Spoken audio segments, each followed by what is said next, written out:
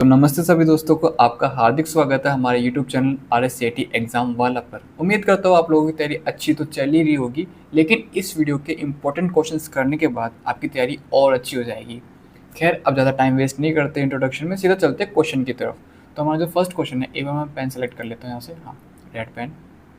Okay, red सही रहेगा हमारा। तो जो हमारा फर्स्ट क्वेश्चन है वो है, निम्नलिखित में से यानी इनमें से कौन सा विकल्प यानी कौन सा ऑप्शन ऐसा सॉफ्टवेयर दर्शाता है जो उपयोगकर्ता द्वारा विशेष कार्यों को निष्पादित। ये कभी कभी इतनी शुद्ध हिंदी आती है ना, समझ में भी नहीं आता कि पूछना क्या जाता है। देखो मैं बता देता हूँ, कोई ना। निष्पादित मतलब होता है पूर्ण करना यानी पूरा करना। ओके, तो निष्पादित यानी पूरा करने हेतु बनाया गया है, ना कि कंप्यूटर हार्डवेयर के प्रत्यक्ष नियंत्रण या प्रबंधन के लिए। यानी इनमें से ऐसा कौन सा सॉफ्टवेयर है जो उपयोगकर्ता के कार्यों को पूरा करने के लिए बनाया गया है, ना कि कंप्यूटर हार्डवेयर को प्रत्यक्ष कंट्रोल करने के लिए। ठीक है, तो ऑप्शन है विंडोज 7, पेज मैनेजर, लिनक्स करने या डिवाइस ड्राइवर। चार ऑप्शन आपके सामने हैं। तो इसका जो आंसर होगा वो होगा विंडोज 7 नहीं, ठीक है, लिनक्स कर्नल नहीं, डिवाइस ड्राइवर नहीं, पेज मैनेजर इसका सही आंसर होगा। नेक्स्ट क्वेश्चन की तरफ बढ़ते हैं।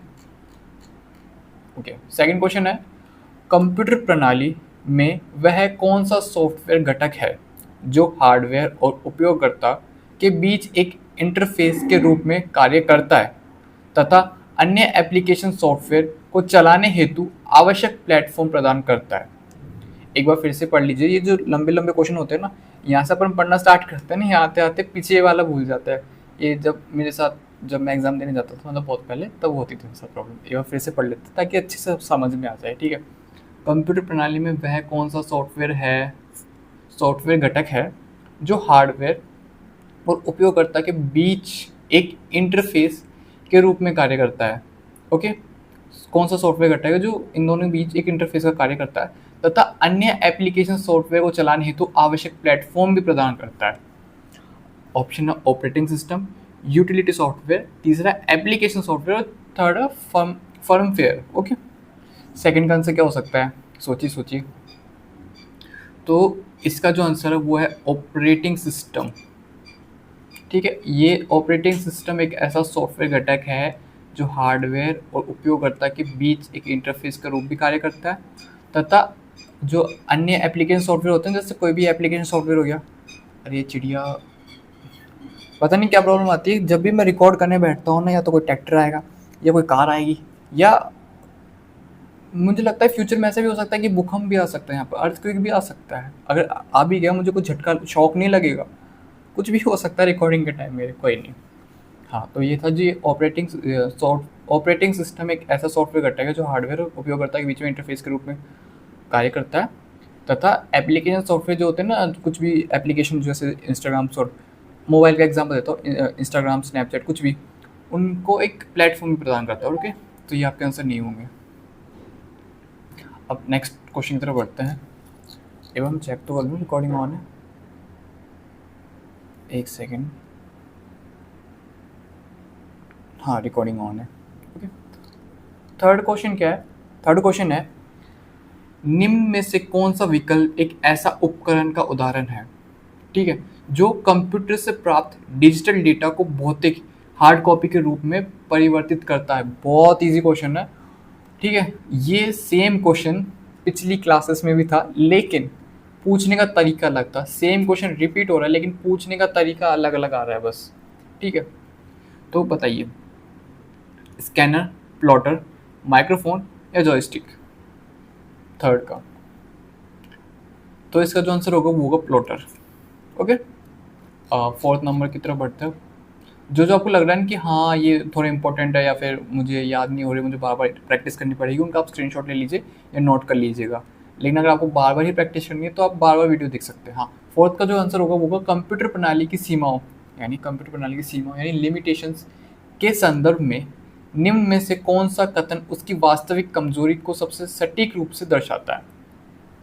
कंप्यूटर प्रणाली की सीमाओं, लिमिटेशन के संदर्भ में निम्न में से कौन सा कथन उसकी वास्तविक कमजोरी को दर्शाता है। यानी कंप्यूटर की हमें लिमिटेशन को दर्शाना है, कमजोरी को दिखाना। ठीक है, उच्च गति से गणना करना ये एक कमजोरी तो नहीं होगी, सटीक परिणाम देना, बिना थक के लगातार कार्य करना या स्वयं निर्णय लेने में असमर्थ होना। फोर्थ का क्या आंसर हो सकता है? कम, इसमें पूछे कम वास्तविक कमजोरी को कौन दर्शाता है? कंप्यूटर की लिमिट क्या होती है? देखो, बिना थके लगातार काम कर सकता है कंप्यूटर, तो ये तो आंसर नहीं होगा। उच्च गति से गणना करना यानी कुछ भी कैलकुलेट करना, ये भी नहीं होगा। सटीक परिणाम देना, देखो कंप्यूटर सटीक ही तो परिणाम देगा। कुछ भी अगर उसमें नेट में कुछ काम करते हो, कंप्यूटर कुछ भी काम करते हो, तो जो रिजल्ट होगा सही तो देगा, ठीक है, तो ये भी नहीं होगा। स्वयं निर्णय लेने में असमर्थ, हाँ भाई, जो कंप्यूटर होता है वो खुद से निर्णय नहीं ले सकता ना, खुद से डिसीजन नहीं ले सकता। ओके, तो यहाँ पर डी आंसर सही होगा आपका। फोर्थ हो गया। फिफ्थ की तरफ बढ़ते हैं हम। जो फिफ्थ है, निम्नलिखित में से यानी इनमें से कौन सा विकल्प सिस्टम सॉफ्टवेयर, मैंने आपको पहले बताया लेकिन बार बार नए नए स्टूडेंट्स आ रहे हैं इसलिए बार बार फिर से बता रहा हूँ मैं, सिस्टम सॉफ्टवेयर की श्रेणी में आता है जो कंप्यूटर के समग्र संचालन एवं संसाधन प्रबंधन को नियंत्रित करता है। ओके, आपको बताने कौन सा सिस्टम सॉफ्टवेयर कंप्यूटर के संचालन करता है और संसाधन प्रदान करता है, नियंत्रित करता है, मतलब नियंत्रित कंट्रोल करता है। Okay, Windows 7, page manager, notepad या फोटोशॉप। सिस्टम सॉफ्टवेयर पूछा ना, तो सिस्टम सॉफ्टवेयर है विंडोज मैनेजर। ओके, ये पेज मैनेजर, नोटपैड, ये होते हैं एप्लीकेशन सॉफ्टवेयर, ठीक है। पांचवा हो गया, बढ़ते हैं छठे की तरफ। हाँ, तो मेन फ्रेम कंप्यूटर अत्यधिक महंगे होते हैं और केवल बड़ी संस्थाओं द्वारा उपयोग किए जाते हैं। यह कथन मूल्यांकन कीजिए और सही विकल्प का चयन कीजिए। अच्छा, तो ये जो मेन फ्रेम कंप्यूटर होते हैं ना, महंगे होते हैं, हमें बताना है कि ये सही बात है गलत बात है, और केवल बड़ी संस्थाओं यानी बड़े बड़े जगहों पे काम आते हैं, बड़ी बड़ी कंपनियों में भी काम आते हैं। तो हमें बताना है कि ये जो लिखी हुई लाइन है ये सही है गलत है। तो फर्स्ट बताइए, कथन पूर्णतः सत्य है यानी हर बात सच है, कथन असत्य है मतलब कुछ भी सच नहीं है, कथन आंशिक रूप से, हाँ मतलब पूरा सही नहीं है, थोड़ा सही है, कथन संदर्भ पर निर्भर करता है। बताइए सिक्स्थ का क्या आंसर हो सकता है? तो देखो, जो मेन फ्रेम कंप्यूटर होते हैं महंगे भी होते हैं, बड़ी बड़ी संस्थाओं में काम आते हैं, तो दोनों कथन सत्य है, तो यहाँ पर ए ऑप्शन टिक लगा दीजिए। और बात करते हैं सातवें की। ओके, निम्नलिखित में से कौन सा विकल्प यानी ऑप्शन कंप्यूटर के वर्गीकरण क्लासिफिकेशन के अंतर्गत नहीं आता है बल्कि एक पोर्टेबल कंप्यूटिंग डिवाइस का उदाहरण है? बताइए। ये काफ़ी इजी हो सकता है अगर आप क्वेश्चन को ध्यान से समझे ना, ये आंसर देना काफ़ी इजी हो जाएगा।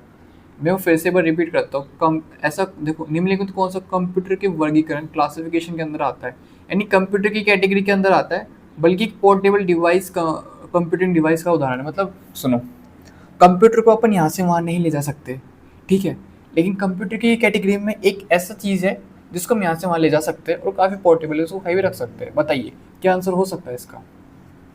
तो इसका जो आंसर होगा वो होगा नोटबुक।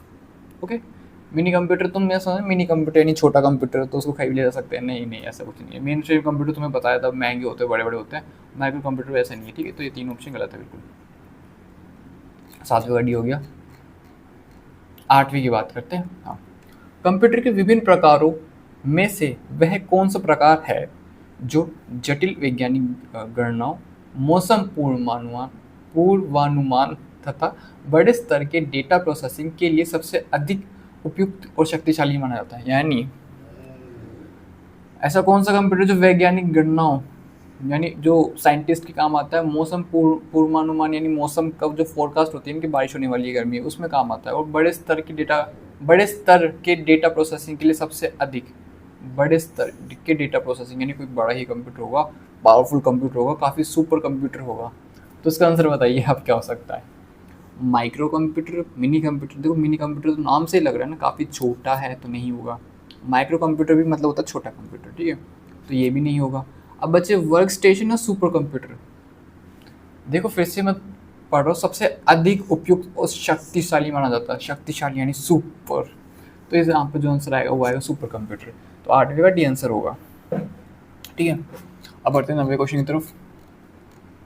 हाँ, तो 9वां क्वेश्चन है, निम्नलिखित में से, ये काफ़ी बोलने में दिक्कत बढ़िया आती है, निम्नलिखित में से, कोई बात नहीं बोलना तो होगा, लेकिन निम्नलिखित में से कौन सा प्रिंटर प्रकार यांत्रिक रूप से अक्षरों को सीधे कागज पर छापने के लिए एक घूमने वाले पहिए व्हील का उपयोग करता है जिसमें पूर्व निर्धारित अक्षर उभरे हुए आते हैं। यानी एक ऐसा कौन सा प्रिंटर है जो ये कागज पर छापने के लिए एक घूमने वाले पहिए का यूज करता है और पूर्व निर्धारित अक्षर उभर के आते हैं, यानी अक्षर जो होते हैं काफी उभर के आते हैं। बताइए 90 का आंसर क्या हो सकता है? एक चीज यहाँ पर नोटिस करने वाली है, तुम्हें एक चीज यहाँ पर नोटिस करने वाली है। अगर तुम्हें आंसर नहीं आता कोई बात नहीं, तुम खुद अभी आंसर दोगे। अगर नहीं भी आता, देखो यहाँ पर लिखा है प्रिंटर प्रकार का यांत्रिक रूप, चलो ठीक है, कागज पर छापने के लिए यानी घूमने वाला पहिया यानी व्हील, घूमने वाला पहिया यानी व्हील का उपयोग करता है।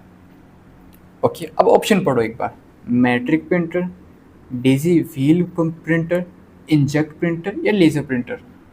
देखो जो कंप्यूटर व्हील का प्रयोग करे ना वही है डेजी व्हील कंप्यूटर, तो यहाँ पर भी आपका सही आंसर होगा, नो प्रॉब्लम। ओके, अब बात करते हैं 10वें की। हाँ, कंप्यूटर मेमोरी के संदर्भ में वह कौन सी मेमोरी है जिसे अपनी संग्रहित जानकारी को बनाए रखने के लिए निरंतर विद्युत आपूर्ति तथा बार बार रिफ्रेश की आवश्यकता होती है? बताइए, मतलब कंप्यूटर मेमोरी के संदर्भ में कौन सी मेमोरी? ये चारों मेमोरी है, ठीक है। Static RAM, dynamic RAM, EEPROM, एप्रोम, ठीक है, या रोम। तो इनमें से कौन सी मेमोरी है जिसे अपनी संग्रहित जानकारी बनाए रखने, यानी अपना जो डेटा है, मेमोरी के अंदर डेटा ही तो आता है ना। मान लो कि चलो ठीक है, मान लो तो फोटो, तो मान लो डेटा को फोटोज़, वीडियोज़, कुछ भी डॉक्यूमेंट्स, जो कि डेटा, ठीक है, सब में डेटा है, इन सारी मेमोरीज में डेटा है, ठीक है, और इसमें भी डेटा है। लेकिन अब इस डेटा को रखने के लिए पता है क्या करना पड़ता है? एक तो बार बार लाइट ऑन ही रखनी पड़ेगी, यानी कंप्यूटर कनेक्ट रखना ही पड़ेगा। अगर लाइट चली गई तो तुम्हारा डेटा भी चला गया, ठीक है। डेटा बोला मैंने, डेटा, ठीक है, डेटा है डाटा, ठीक है। डेटा होता है सामान और डाटा होता है नेटवर्क, ठीक है। अगर लाइट चली गई तो तुम्हारा डेटा भी चला गया, ओके। और इसको बनाए रखने के लिए तुम्हें बार बार रिफ्रेश भी करना पड़ता है, वो करते ना अपन, वैसे बार बार स्क्रीन को ऊपर नीचे करते रिफ्रेश करने के लिए। तो बताया ऐसी कौन सी मेमोरी है? ओके, 10वां है ना, बताओ। 10वां है तो इसका जो आंसर होगा वो होगा डायनेमिक रैम। ओके, ठीक है। रोम, हाँ, रोम में तो सुरक्षित रहता है, तुम रोम में बस सेव कर लोगे ना, फिर सुरक्षित ही रहेगा। तुम्हें लाइट ऑन रखने की भी ज़रूरत नहीं है और तुम्हें बार बार रिफ्रेश करने की भी ज़रूरत नहीं है। वो फिर एक परमानेंट मेमोरी होती है वो रोम, ठीक है। अब हाँ, अब बात करते हैं कंप्यूटर सिस्टम में वह कौन सी मेमोरी सबसे तेज एक्सेस समय प्रदान करती है। और सीपीयू तुम्हें पता ना, कंप्यूटर का ब्रेन, ओके, द्वारा बार बार उपयोग किए जाने वाले डेटा एवं निर्देशों को अस्थायी रूप से संग्रहित करती है। बताओ, केच में के इंग्लिश में इसे केच कहते हैं, केच ऐसे, ठीक है, CACHE। और हिंदी में से प्रोनाउंस करते हैं केश। देखो मेरा नाम पता क्या है? लविश। मेरा नाम है लविश, ठीक है। लेकिन तुम्हें पता है इसको हिंदी में कैसे प्रोनाउंस होता है, इंग्लिश में कैसे प्रोनाउंस करते हैं? लेविश। अब बताओ, नाम लविश है, स्पेलिंग सेम है, लेकिन इंग्लिश में इसको लेविश कहते हैं। खैर कोई बात नहीं, रिवाइज कर देता हूँ। हाँ, ओके, बताओ। कैच मेमोरी, मुख्य memory, hard disk, register. 4 option में कौन सा सही होगा यहाँ पर? 11वीं का आंसर बताना आपका। तो इसका जो आंसर होगा वो होगा कैच मेमोरी। ओके, अब बढ़ते हैं दूसरे क्वेश्चन की तरफ। कितने क्वेश्चन हैं इसमें वैसे देखते हैं, कोई नहीं, सारे के सारे इंपॉर्टेंट है, RSAT एग्जाम काम आएंगे। तो हमें ये नहीं देखना क्वेश्चंस कितने, हमें देखना है कि कितने अच्छे अच्छे क्वेश्चंस हमें मिल रहे हैं। ओके, 12वां क्वेश्चन है, निम्नलिखित में से कौन सा उपकरण कागज पर लिखी गई जानकारी को डिजिटल रूप से परिवर्तित करके कंप्यूटर में इनपुट प्रदान करने के लिए उपयोग किया जाता है? मतलब कागज पर कोई जानकारी लिखी है, उस कागज की जानकारी को कंप्यूटर के अंदर डालना, किस इनपुट द्वारा, यानी किसके द्वारा अपन डाल सकते हैं? बताओ। OMR, punch card reader, magnetic tape या ऑप्टिकल स्कैनर? बताओ 12वें का क्या आंसर होगा? तो 12वें का आंसर होगा ऑप्टिकल स्कैनर। ऑप्टिकल स्कैनर से अपन पेपर को रीड करके उसको कंप्यूटर के अंदर डाल सकते हैं, ठीक है। OMR तो तुम्हें पता ही होगी, वही अपने जिस पे तुम एग्ज़ाम दोगे, वही गोली लगाने वाली। 4 पे मत लगा देना गोले, 4 और 5 ऑप्शन पे। ओके, हाँ, निम्नलिखित में से कौन सी मेमोरी अस्थायी वॉलेटाइल मेमोरी होती है जिसका डेटा कंप्यूटर बंद होने पर नष्ट हो जाता है? अभी बताया था मैंने, ठीक है, अभी बताया था मैंने, बहुत ईजी है। तो इसका आंसर होगा रैम। वो थी डायनामिक रैम, ये रैम है। रोम में तो तुम्हें पता है अस्थायी होता है, और इन दोनों का अलग ही है। 14वें क्वेश्चन की बात करते हैं। कंप्यूटर के प्रिंटरों, वाह, कंप्यूटर के प्रिंटरों के संदर्भ में निम्न में से कौन सा प्रिंटर प्रकार नॉन इम्पैक्ट श्रेणी में आता है तथा लेजर तकनीक का उपयोग करके उच्च गुणवत्ता वाली प्रिंटिंग करता है? इसमें भी तुम्हें आंसर आने की कोई ज़रूरत नहीं है, तुम क्वेश्चन पढ़ो, आंसर खुद आ जाएगा। इसमें लिखा है लेज़र तकनीक का उपयोग। देखो देखो देखो, एक बात ध्यान समझना, पिछले वाले क्वेश्चन में ये था कि कौन सा प्रिंटर व्हील, कौन से प्रिंटर में व्हील का उपयोग किया जाता है, तो वो था डेजी व्हील कंप्यूटर। अब इसमें पूछ रहा है कौन से प्रिंटर में लेज़र तकनीक का उपयोग किया जाता है, तो सीधी सी बात है लेज़र प्रिंटर। आंसर तुम्हारे सामने है, अगर तुम्हें नहीं भी आता कोई बात नहीं, ठीक है। तो डेजी व्हील नहीं आएगा, लाइन प्रिंटर नहीं आएगा, थर्मल प्रिंटर नहीं आएगा। 14 का आंसर हो गया आपका लेजर प्रिंटर।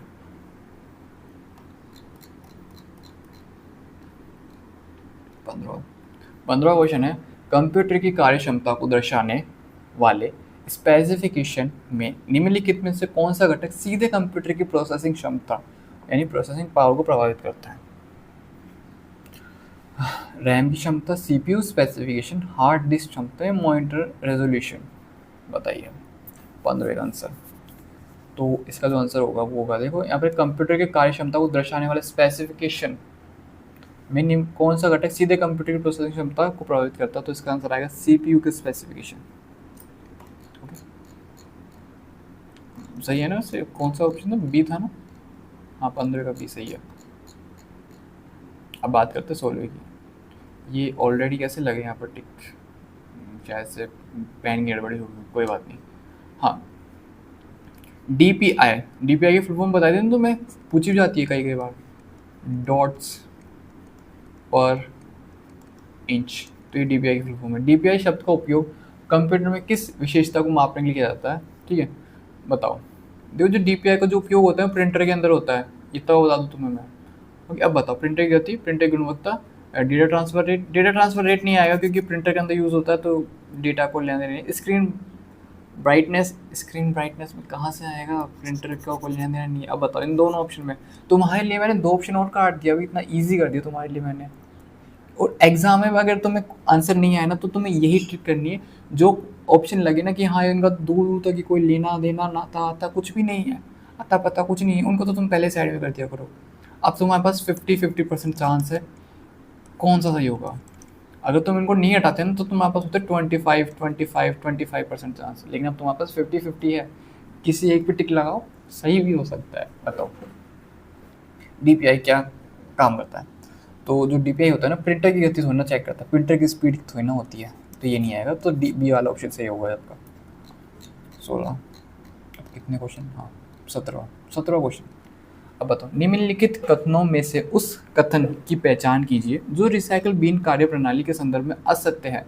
यानी यहाँ पर आपको कुछ बातें बताई गई है, ये first option, second option, third option, 4 option है। इन 4 ऑप्शन में रिसाइकल बीन के बारे में कुछ बताया गया है, हमें बताना है कि कौन सी बात गलत है। ठीक है, रिसाइकल बीन तुम्हें पता है ना, अपन फोटोज डिलीट कर देते हैं, फिर फोटोज वीडियो डिलीट करते हो, जाके वो जाते हैं डिलीटेड फोल्डर में। रिसाइकल बीन में तुम अगर कंप्यूटर में, ये रिसाइकल जो बीन होती है वो आती है कंप्यूटर में भी आती है, और यहाँ पर तुम कोई भी ऐप वैप या कोई भी डॉक्यूमेंट डिलीट करते हो ना, सीधा इसमें चल जाती है रिसाइकल बीन में। अब तो तुम्हें पता लग गया होगा कौन सा कथन सही है, एक बार पढ़ लेते हैं। उपयोगकर्ता रिसाइकल बीन में मौजूद फाइलों को पुनः रिस्टोर यानी दोबारा रिस्टोर करके उनके मूल स्थान पर ला सकता है। बिल्कुल सही बात है, लेकिन हमें तो असत्य बताना है ना। देखो ये बात तो सत्य है। रिसाइकल बीन फाइलों को स्थायी रूप से हटाने के लिए एम्प्टी रिसाइकल बीन विकल्प उपयोग किया जाता है। हाँ सही है, एम्प्टी रिसाइकल मतलब रिसाइकल बीन में जाओगे ना तो यहाँ पर एक ऑप्शन आएगा एम्प्टी रिसाइकल बीन, यानी खाली कर देना रिसाइकल बीन को। तो हाँ सही है। यहाँ से फिर परमानेंट, अगर तुम यहाँ से एक तो तुम डिलीट करते हो, डिलीट करके कहाँ पहुँचते रिसाइकल बीन में से, अब रिसाइकल बीन में से तुम डिलीट कर दोगे तो परमानेंटली डिलीट हो जाएगी ना, है ना। तो ये भी सही है। रिसाइकल बीन में मौजूद फाइलें स्वतः ही हार्ड डिस्क में उपलब्ध फ्री स्पेस को बढ़ा देती है। मतलब ये तो कुछ जम नहीं रहा। मतलब देखो, रिसाइकल बिन में मौजूद फाइलें यानी डिलीटेड फाइल ही हार्ड डिस्क में उपलब्ध फ्री स्पेस को बढ़ा देती है, यानी स्टोरेज ही बढ़ा देती है। ये कोई बात नहीं होती। तो ये आपका आंसर सही होगा, सी ऑप्शन आपका बिल्कुल सही होगा। ठीक है, यहाँ पर कर देना आप। बाकी ये तो सत्य सत्य थे, ये असत्य, लेकिन असत्य पे ही तो हमें क्लिक करना था, यानी असत्य पे ही तो हमें टिक लगाना था। ओके, उपयोगकर्ता रिसाइकल बिन में जाकर हटाई गई फाइलें देख सकता है। हाँ, देख सकते हैं। तुम कोई फाइल डिलीट करो तो रिसाइकल बिन में जाके देख सकते हो। ओके, अब बात करते हैं 18वें क्वेश्चन की। 18वां क्वेश्चन है, निम्नलिखित में से कौन सा ऑपरेटिंग सिस्टम, बताया मैंने तुम्हें ऑपरेटिंग सिस्टम और एप्लीकेशन सॉरी ऑपरेटिंग सिस्टम और एप्लीकेशन सॉफ्टवेयर ये काफ़ी अलग अलग होते हैं। ठीक है, तो ग्राफिकल यूज़र इंटरफेस फुल, इसकी जो शॉर्ट फॉर्म है GUI, तो GUI की फुल फॉर्म पूछे ना, वो है ग्राफिकल यूज़र इंटरफेस आधारित नहीं है और मुख्यतः कमांड आधारित इंटरफेस पर कार्य करता है। बताओ, यानी हमें इसे चलाने के लिए कमांड देना पड़ेगा कि देखो ये करना पड़ेगा, वो करना पड़ेगा। अरे यार, फिर से यहाँ पर ऑप्शन में तुम्हें आंसर दे दिया। अब बताओ, अब इतना इजी तुम नहीं कर सकते। देखो बताओ, ये लिखा कमांड, कमांड कमांड आधारित इंटरफेस पर कार्य करता है। बताओ यहाँ पर Windows, Mac OS, Linux GUI version या फिर यूनिक्स कमांड बेस्ड। देखिए यहाँ पर लिखा है ब्रैकेट में कमांड बेस्ड, यानी कमांड पर काम करने वाला क्या हो गया, यूनिक्स हो गया। ये तो GUI वर्जन होता है, ये तो इसको कमांड देने की ज़रूरत नहीं है। ठीक है, मैक ओएस ये तो एप्पल के अंदर आता है, विंडोज़ अपने माइक्रोसॉफ्ट। ठीक है, 19वां क्वेश्चन। 19वां क्वेश्चन है यहाँ पर, निम्नलिखित में से कौन सा सॉफ्टवेयर एप्लीकेशन सॉफ्टवेयर की श्रेणी में नहीं आता बल्कि सिस्टम सॉफ्टवेयर के उदाहरण है। अच्छा, मतलब मैं बताने कि ऐसा सॉफ्टवेयर एप्लीकेशन है बट वो सॉफ्टवेयर एप्लीकेशन की श्रेणी में ही नहीं आता। मतलब तुम ऐसे मान लो तुम जनरल वाले हो, लेकिन तुम जनरल वाले की कैटेगरी में ही नहीं आते, किसी और कैटेगरी में आते हो। ठीक है, यानी सॉफ्टवेयर एप्लीकेशन की श्रेणी में नहीं आता बल्कि सिस्टम सॉफ्टवेयर की श्रेणी में आता है। बताइए, Windows XP, VLC media player, Adobe reader और फोटोशॉप। तो तुम्हें एक और बार फिर से बता देता हूँ मैं, एप्लीकेशन सॉफ्टवेयर मतलब होता है ऐप। ठीक है, अपने कंप्यूटर में जैसे नोटपैड हो गया, ठीक है, ये ऐप होता है ऑलरेडी, मतलब जो पहले से कंप्यूटर में दिए हुए हो उन्हें अपन कहते हैं एप्लीकेशन सॉफ्टवेयर। ठीक है, और सिस्टम सॉफ्टवेयर होता है जो आपके पूरे सिस्टम को कंट्रोल करता है, जैसे कि जो मोबाइल होता है उनमें आता है एंड्रॉयड। ओके, वैसे ही इसमें आते हैं अपने विंडोज़ जो कंट्रोल करते हैं। तो विंडोज़ XP बिल्कुल सही आंसर होगा यहाँ पर। VLC मीडिया प्लेयर एक ऐप है, ऐप तो नहीं कहेंगे, मतलब कंप्यूटर में आने वाला ऐप है। एडोबी रीडर एक ऐप है जो कंप्यूटर में आता है। फोटोशॉप भी एक ऐप है जो कंप्यूटर में ही आता है, कंप्यूटर में आता नहीं, डाउनलोड कर सकते हो, लेकिन ऐप की कैटेगरी में आता है, यानी एप्लीकेशन सॉफ्टवेयर। ऐप की कैटेगरी में आने वाले एप्लीकेशन सॉफ्टवेयर और सिस्टम सॉफ्टवेयर तो यही होते हैं, विंडोज़ ही होते हैं, विंडोज़ या मैक ओएस। एप्पल में तो मैक आता है ना। ओके, एप्पल के लैपटॉप को मैक कहते हैं ना। हाँ, अब चलो 20वें क्वेश्चन की तरफ। टास्क बार के उस भाग की पहचान कीजिए जिसमें बैकग्राउंड में चल रहे प्रोग्राम्स के आइकन साथ ही सिस्टम की तिथि और समय प्रदर्शित होता है। बताइए। तो ये भी काफ़ी इजी आंसर है, ये बेसिक में आता है यार। अगर तुम कभी किसी कंप्यूटर सीखने गए हो तो ये तो बेसिक के अंदर आता है, अगर नहीं सीखो कोई बात नहीं, हम बता देंगे। Start button, quick launch, task bar, मुख्य भाग या सिस्टम ट्रे। बताइए 20वें का क्या आंसर हो सकता है। तो 20वें का आंसर हो सकता है नहीं है सिस्टम ट्रे। सिस्टम ट्रे में देखो पहचान कीजिए, बैकग्राउंड में चल रहे प्रोग्राम्स के आइकन, यानी कोई चीज़ बैकग्राउंड में चल रही है ना। चलो तुम्हें बताता हूँ, मान लो मोबाइल है, ठीक है, तुमने इंस्टा खोला, ठीक है, और इंस्टा बंद कर दिया। ये मोबाइल के वो ये वाला बटन, ये बीच वाला बटन और साइड वाला बटन, तुमने इंस्टाग्राम खोला और इंस्टाग्राम बंद कर दिया। ठीक है, अब तुम इंस्टाग्राम चला रहे हो लेकिन तुमने डायरेक्ट ये बीच वाला बटन दबाया है तुमने। ठीक है, तो इंस्टाग्राम अब तुम यहाँ क्लिक करोगे, यहाँ पर तो खुल जाते हैं ना, कभी ये टैब इंस्टाग्राम खुला हुआ है, यहाँ पर स्नैपचैट खुला हुआ है, यहाँ पर गैलरी खुली हुई है, यहाँ पर फेसबुक खुला हुआ है, तो मतलब ऐसे यहाँ पर एक्स खुला हुआ है, मतलब ठीक है। तो यहाँ पे जो टैब होते हैं ना बैकग्राउंड में चल रहे होते हैं, तो इन टैब्स का भी जो आइकन होता है ना, जैसे अपना स्नैप में जो चिड़िया बनी रहती है, स्नैप में बनी रहती है सॉरी, ट्विटर यानी एक्स में चिड़िया बनी रहती है, स्नैप में वो कुछ ऐसा कुछ बना रहता है वो, ठीक है। तो ये आइकन होते हैं, तो इन आइकन को भी यहाँ पर सिस्टम ट्रे में यहाँ पर दर्शाया जाता है, ठीक है। और पूछा साथ ही सिस्टम की तिथि और दिन समय प्रदर्शित करता है, यानी टाइम भी प्रदर्शित करता है और डेट भी दिखाता है यहाँ पर। तो वो क्या दिखाता है, वो दिखाता है सिस्टम ट्रे। और मेरे तो गला सूख गया। अब बात करते हैं 21वें क्वेश्चन की तरफ। निम्नलिखित में से कौन सा ऑपरेटिंग सिस्टम वास्तविक अर्थों में मल्टीटास्किंग का समर्थन नहीं करता? मतलब तुम एक साथ और ज़्यादा चीज़ें नहीं चला सकते, तुम बस उसमें एक टाइम पे एक ही चीज़ चला सकते हो। मल्टीटास्किंग मतलब तुम हो रहे हो गेम भी खेल रहे हो, फिर मैसेज आ रहा है तो उसका भी रिप्लाई दे रहे हो और उसके साथ साथ वीडियो एडिटिंग भी कर रहे हो, तो ये सब मल्टीटास्किंग में आते हैं ना। ये बहुत ही सीमित स्तर पर करता है, यानी कुछ हल्का फुल्का चला लिया। तो इसका देखो विंडोज़ विंडोज़ विंडोज़ विंडोज़, इसमें तुम मल्टीटास्किंग कर सकते हो, तो ये तो ऑप्शन में है ही नहीं। MS डॉक्स, ठीक है, यहाँ पर तुम मल्टीटास्किंग नहीं कर सकते, यहाँ पर तुम एक टाइम पे एक ही चीज़ चला सकते हो। 21वें में हो गया डी। अब बात करते हैं 22वें की। 22वां ओ कंप्लीट, वाह, ठीक है। तो ये आज की क्लास थी का। आई होप कि क्लास अच्छी लगी होगी आपको, और अच्छी लगी होगी, मैंने पढ़ा है सॉरी। उम्मीद करता हूँ आपकी RSCIT एग्ज़ाम और अच्छी हो जाए। और ये जो चैनल स्पेशली हमने RSCIT के लिए ही बनाया गया है, ठीक है। तो आप जितने भी इंपॉर्टेंट क्वेश्चंस होंगे जो आपके RSCIT के एग्जाम पूछे जाते हैं वो यहीं पे आपको मिलेंगे। तो मेक श्योर आपने चैनल को सब्सक्राइब कर रखा होगा और नोटिफिकेशन बेल आइकन ऑन कर दीजिए, क्योंकि एग्जाम आते आते ना तुम्हें इतने इंपॉर्टेंट क्वेश्चन मिल जाएंगे ना, तुम सोचो यार ये क्वेश्चन तो मैंने कर रखा है, मैंने उस दिन वीडियो में देखा था, और वही क्वेश्चन तुम्हें पेपर में जाके मिलेंगे, कितना अच्छा लगेगा ना। कोई बात नहीं, चलो सी यू सून, मिलते हैं नेक्स्ट वीडियो को, तब तक के लिए टाटा, अपना ध्यान रखना।